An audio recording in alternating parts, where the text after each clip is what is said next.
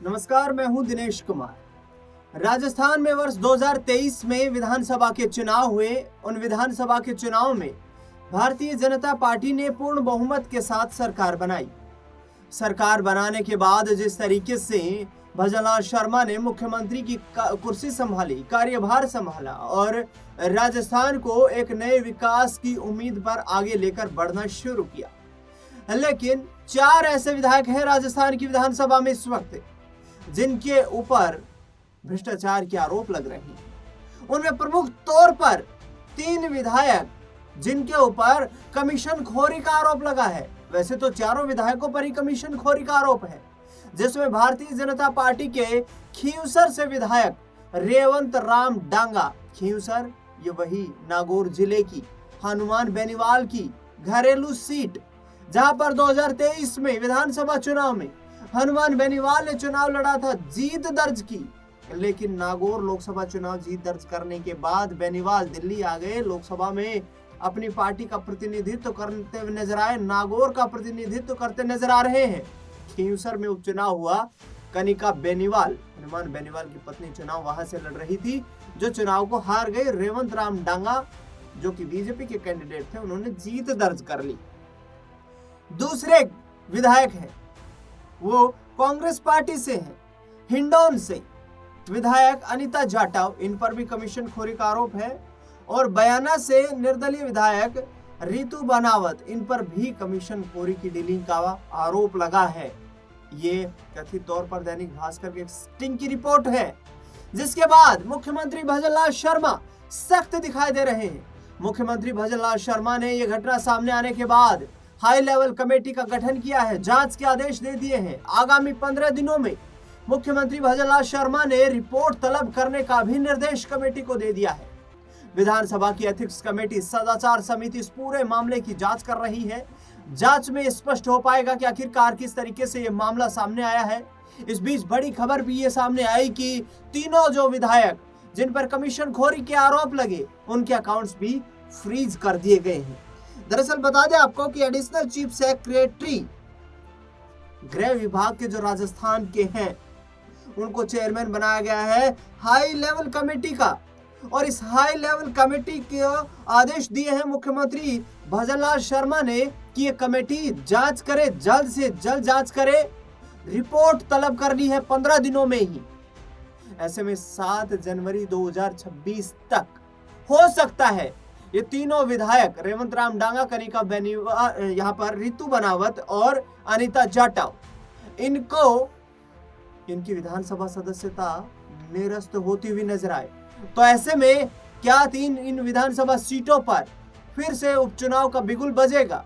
दूसरी ओर भारतीय आदिवासी पार्टी के विधायक जो कि बागी दोरा विधानसभा सीट से विधायक हैं, जय कृष्ण पटेल, इन पर भी विधानसभा में सवाल पूछने के बदले घूस लेने का आरोप दर्ज है।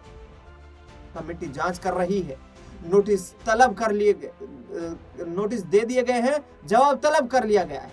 और आगामी वक्त में अब देखना बेहद दिलचस्पी रहेगा कि मुख्यमंत्री भजनलाल शर्मा किस तरीके से इस पूरे प्रकरण को लेकर एक्टिव नजर आते हैं, क्योंकि मुख्यमंत्री भजनलाल शर्मा ने सीधे तौर पर यह कहा है कि हम कोशिश कर रहे हैं और कि राज्य में जीरो टॉलरेंस के आधार पर, चाहे वो कितने भी बड़े लेवल का कोई अधिकारी हो, कोई जनप्रतिनिधि हो, कोई कर्मचारी हो, कोई भी क्यों ना हो, यदि किसी ने भ्रष्टाचार करने का प्रयास किया, कमीशन खोरी का प्रयास किया, घूस लेने का प्रयास किया, तो उसके खिलाफ सख्त से सख्त कार्रवाई की जाएगी। बता दें आपको कि पूरे मामले को लेकर कांग्रेस पार्टी हमलावर होती हुई नजर आ रही है। राजस्थान में अरावली का मुद्दा भी चरम सीमा पर है, जहां पर अरावली को लेकर सुप्रीम कोर्ट का जो आदेश आया है, जो जजमेंट आया है, उसके बाद राजनीति चरम सीमा पर पहुंच गई है। भारतीय जनता पार्टी की सरकारों पर निशाना साधते हुए कांग्रेस पार्टी लगातार इस मुद्दे को उठा रही है। राजस्थान में विशेष तौर पर सबसे बड़ा राजनीतिक दल कांग्रेस पार्टी विपक्ष में मौजूद है और ऐसे में कांग्रेस पार्टी के राजस्थान के प्रदेश अध्यक्ष गोविंद सिंह डोटासरा इस पूरे प्रकरण को लेकर और किस तरीके से भ्रष्टाचार को लेकर बड़े आरोप सीएम भजनलाल शर्मा सरकार पर लगाते हुए नजर आ रहे हैं, उसका एक बयान सुनवा। कोई आदमी अगर भूखा रहे तो अपने माँ बाप को बेच करके तो अपनी पेट की आग नहीं बुझा सकता। क्या ये नियम है? क्या रेवेन्यू बढ़ाने के लिए इनको जो भ्रष्टाचार है, अवैध माइनिंग है, अवैध बजरी दोहन है, उनको नहीं बढ़ाना चाहिए? जो माइनिंग हो रही है, लीगल पट्टे हैं, वो भी 90% अवैध माइनिंग कर रहा है। आज बजरी में 7 सीआई को सस्पेंड किया। ये खेला आज नया है क्या? 2 साल से चल रहा था। कितने एसपी पे कार्रवाई की, कितने आईजी पे कार्रवाई की, और क्या ये 7 सीआई अकेले ही अवैध माइनिंग के व्यापार में संलिप्त थे? अब 11 हो, ये तो 1100 भी कम पड़ जाएंगे। और इनके मंत्री आएंगे, इनके बड़े बड़े ब्यूरोक्रेट आएंगे, एसपी आएंगे, आईजी आएंगे, और मुख्यमंत्री जी खुद इस जद में आ सकते हैं क्योंकि वो खुद खान मंत्री हैं। तो जब खुद मुख्यमंत्री खनन मंत्री हो और खनन में घोटाला हो रहा हो, तो फिर जिम्मेदारी किसकी तय करेंगे?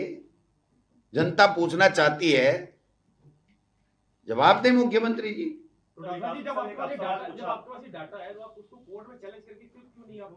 किसको? तो भाई साहब, कोर्ट भी सेटिंग कर ली इन्होंने। ये पंचायत राज के चुनाव 5 साल से 6.5 साल हो गए। हम यहां कोर्ट में गए, 12 महीने फैसला नहीं दिया। फिर कहा अप्रैल तक का समय दे दो। हम सुप्रीम कोर्ट में गए, सुप्रीम कोर्ट गए, बेचारे नहीं करा सकते, अभी अपरिपक्व मुख्यमंत्री है, दे दो अप्रैल तक का समय। और मैं लिख के दे रहा हूं, पंचायत चुनाव और नगर निकाय चुनाव नहीं करा सकते। अभी एक मजेदार बात बताता हूं। जो इनका पंचायती राज के, पंचायत समिति, ग्राम पंचायतों के और जिला परिषदों के वार्ड के प्रकाशन का दिन है, वो आज समय सीमा समाप्त हो रही है। 8 तारीख का आदेश निकाला था, 2 सप्ताह का समय दिया था, आज आखिरी दिन है। और जो पंचायतें, पंचायत समितियां बनाई गई, उनमें सैकड़ों गलतियां हैं। गांव के नावों की भी हैं, गांव उल्टे सीधे भी जोड़ दिए, कई गांव 2 जगह भी दे दिए, कोई पंचायत नहीं है वो भी कर दिए। उनका संशोधन लेटर भी आज की तारीख तक जारी नहीं हुआ है, नहीं हुआ है, नहीं हुआ है। अगर मेरे को चैलेंज करें तो मेरे को जवाब दे दें, वो लेटर दिखा दें कि हमने संशोधन जारी कर दिया है। आज हमारी वार्डों के पुनर्सीमांकन की आखिरी तारीख थी, और वो दिखा दें, मैं मान जाऊंगा कि ये कुछ कर रहे हैं। इनके तो भाई साहब है, पोपा भाई का राज है। इसके बारे में मैं अलग से बताऊंगा आपको क्या खेला कर रहे हैं ये पंचायतों में। इसमें अगर आज बता दूंगा तो फिर आप प्रमुख न्यूज वो कर दोगे।